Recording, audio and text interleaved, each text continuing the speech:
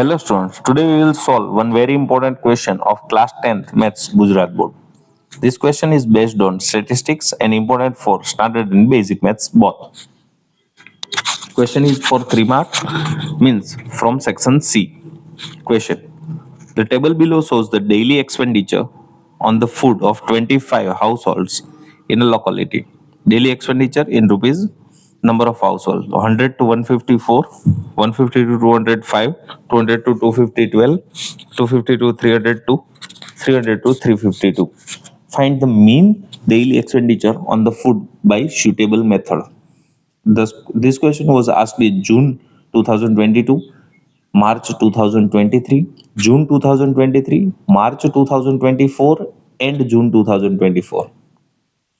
Most important question, બરાબર છે. Normally મીનના question 3 માર્કમાં પૂછાય છે અને આ ટોટલ 5 ટાઈમ્સ પૂછાઈ ગયો છે અત્યાર સુધીમાં. હવે મીન અહીંયા ક્વેશ્ચનમાં ક્લિયરલી મેન્શન છે બાય સુટેબલ મેથડ. હવે સુટેબલ મેથડ મીન્સ તમે કોઈ બી મેથડ ચૂઝ કરી શકો. મીનની જે આપણી પાસે 3 મેથડ્સ છે, either direct method, assumed method or step deviation method. આપણે ફર્સ્ટ ઓફ ઓલ ડાયરેક્ટ મેથડથી સ્ટાર્ટ કરીએ, બરાબર છે. હું જે ટેબલ ગીવન છે, બરાબર છે, આપણે પહેલા ડાયરેક્ટ મેથડથી સ્ટાર્ટ કરીએ. ટેબલ જે ગીવન છે એઝ ઇટ ઇઝ લઈ લઉં છું. બે ડેલી એક્સપેન્ડિચર અને number of house hold given હતું. જે બી મીન ફાઇન્ડ કરવાનો હોય ત્યારે જે બી ડેટા ગીવન હોય એઝ ઇટ ઇઝ લઈ લેવાનો. નેક્સ્ટ આપણે જે ડેટા ગીવન હોય એમાં એક ઇન્ટરવલ હોય એને આપણે ક્લાસ ઇન્ટરવલ એટલે કે CI કહીએ, અને સેકન્ડ જે નંબર હોય એને આપણે ફ્રીક્વન્સી કહીએ, FI. મીન કોઈ બી મેથડથી ફાઇન્ડ કરવું હોય, XI ફાઇન્ડ કરવું કમ્પલસરી છે. XI એટલે કે class mark, mid value of the class interval. હવે અહીંયા ફર્સ્ટ ક્લાસ એટલે આપણે XI પહેલા ફાઇન્ડ કરી લઈએ. કોઈ બી મેથડથી કરો, XI ફાઇન્ડ કરવું કમ્પલસરી છે. XI. હવે 100 to 150 મિડ વેલ્યુ શું થશે તો કે 125. બીજો એક કોન્સેપ્ટ, કોઈને એક્ઝેક્ટલી મિડલ વેલ્યુ નો આઈડિયા આવે તો શું કરી શકાય. અહીંયા 100 to 150 ક્લાસ ઇન્ટરવલ છે. 100 is lower limit, 150 is upper limit. Class માર્કનો ફોર્મ્યુલા છે lower limit plus upper limit divide by 2, એટલે કે બેયને એડ કરી અને એવરેજ લઈ લેવાની ડિવાઈડ બાય 2, એટલે કે 100 પ્લસ 150, 250 ડિવાઈડ બાય 2, 150. બીજું સેકન્ડમાં 150 to 200 ની વચ્ચે 175 આવશે, બરાબર છે. બીજું કે જો ક્લાસ સાઇઝ સેમ હોય, અહીંયા જો આપણી 100 to 150, 150 to 200, 200 to 250 class size same છે, 50-50 ના ગેપ છે, તો XI માં 50 ના ગેપ આવશે. 125, 175, then 225, then 275 and then 325, બરાબર છે.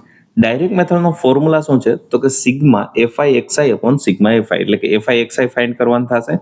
FI XI means FI into XI. FI એટલે ફ્રીક્વન્સી, XI જે આપણે ફાઇન્ડ કર્યું, મલ્ટીપ્લાય કરીએ. 4 into 125, 500, 5 into 175, 875, 12 into 225, 2700, 2 into 275, 550, 2 into 325, 650.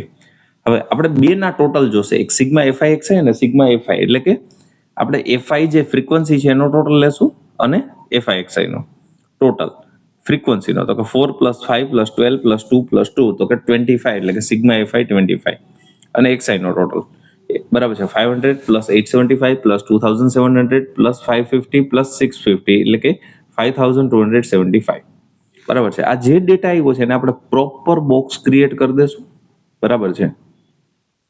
આવી રીતના એક્ઝામમાં લખી દેશું બોક્સ ફોર્મેટમાં. હવે મીનનો formula but by direct method. Now mean x bar is equal to sigma FI XI upon sigma FI. Value put કરીએ. FI XI 5275 અને 25 FI, બરાબર છે, ડિવાઈડ કરીએ તો 211. Daily expenditure is ₹211. Now next method is assumed mean method, બરાબર છે. ભાઈ એઝ્યુમિન method start કરીએ. પહેલા તો હું જે ટેબલ ગીવન છે એઝ ઇટ ઇઝ લખી દઉં. હવે જે ફર્સ્ટ હોય ક્લાસ ઇન્ટરવલ હોય, સેકન્ડ હોય ફ્રીક્વન્સી. આપણે ઓલરેડી ડિસ્કસ કર્યું હતું કે ભાઈ XI ફાઇન્ડ કરવા પડે કમ્પલસરી, બરાબર છે. તો XI એટલે કે મિડ વેલ્યુ જેમ આપણે પહેલામાં ફાઇન્ડ કર્યા હતા એવી જ રીતના હું 5 લખી દઉં છું. 125, 175, 225, 275 અને 325. હવે assumed mean method name self says that assume mean, આપણે મીન એઝ્યુમ કરવાનો થશે, બરાબર છે. મીન જે આપણે એઝ્યુમ કરીએ ક્યાંથી એઝ્યુમ કરશું એક્સઆઈ માંથી. કમ્પલસરી મીન તમારે એક્સઆઈ માંથી જ એઝ્યુમ કરવાનો છે, બરાબર છે. ઘણા બધા સ્ટુડન્ટ અહીંયા મિસ્ટેક કરતા હોય છે, એફઆઈ માંથી મીન એઝ્યુમ કરી લે પછી આન્સર આવશે નહીં. એટલે કમ્પલસરી યાદ રાખવાનું એ મીન એઝ્યુમ કરવાનો ક્યાંથી એક્સઆઈ માંથી. હવે કયો એઝ્યુમ કરી શકીએ? એક્સઆઈ તો અહીંયા 5 છે, ગમે તે એઝ્યુમ કરી શકીએ, બટ જેમ મિડલ વેલ્યુ રાખશો એમ કેલ્ક્યુલેશન ઓછું થશે. એટલે આપણે મિડલ અહીંયા 225 છે, તો હું લેટ કરી લઉં ભાઈ, જે મીન એટલે કે એઝ્યુમ મીન એટલે કે a ઇઝ ઇક્વલ ટુ 225. હું એ નોટ ડાઉન કરી લઉં છું, a 225 છે. હવે એઝ્યુમ મીન મેથડનો ફોર્મ્યુલા શું છે? તો કે x bar is equal to a plus sigma fi di upon sigma fi. હવે આપણે di ફાઇન્ડ કરવું પડશે. di શું થાય? તો કે xi માઇનસ a. હવે જે xi છે એમાંથી a માઇનસ કરતા જશું. 125 minus 225 minus 100, 175 minus 225 minus 50, 225 minus 225 0, 275 minus 225 50, 325 minus 225 100. હવે fi ઇન્ટુ ડી કોન્સન્ટ્રેટ કરો ને, xi di મલ્ટીપ્લાય ન થઈ જાય by mistake. fi into D frequency વાળી કોલમ અને ડી વાળી. 4 into minus 100 minus 400, 5 into minus 50 minus 250, 12 into 0 0, 2 into 50 100, 2 into 100 200. હવે આપણે ટોટલ જોશે સિગ્મા fi અને sigma fi di. Total sigma fi આપણે ઓલરેડી કર્યા હતા 25, અહીંયા fi di તો કે minus 400 plus minus 250 plus 0 plus 100 plus 200, એટલે આન્સર થશે માઇનસ 350. જે બી આપણું ટેબલ છે એને પ્રોપરલી આપણે એક્ઝામમાં ડ્રો કરી દઈશું આવી રીતે, બરાબર છે. હવે formula now mean by assume mean method. Formula છે mean is equal to a plus sigma fi di upon sigma fi.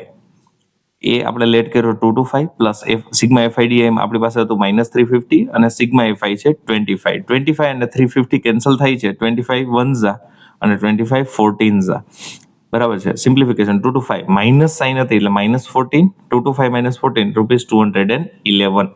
Mean expenditure is rupees 211.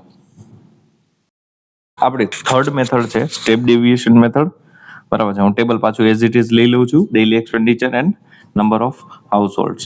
XI આપણે મીન કોઈ બી મેથડથી ફાઇન્ડ કરીએ, એક્સઆઈ ફાઇન્ડ કરવો પડે. એક્સઆઈ એઝ ઇટ ઇઝ લખી દઉં છું.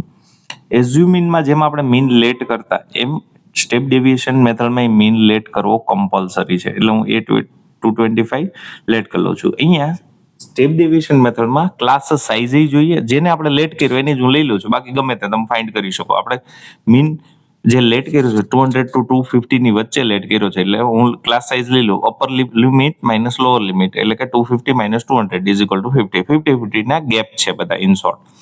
UI find કરવાનું થશે. યુઆઈ શું થાય? તો કે xi minus a upon h, બરાબર છે. યુઆઈમાં જો ક્લાસ સાઇઝ સેમ હોય તો જ આ મેથડ યુઝ કરવાની, બરાબર છે. આમાં શું કરવાનું? જે એ લેટ કર્યો હોય ને એની સામે 0 લખી દેવાનો.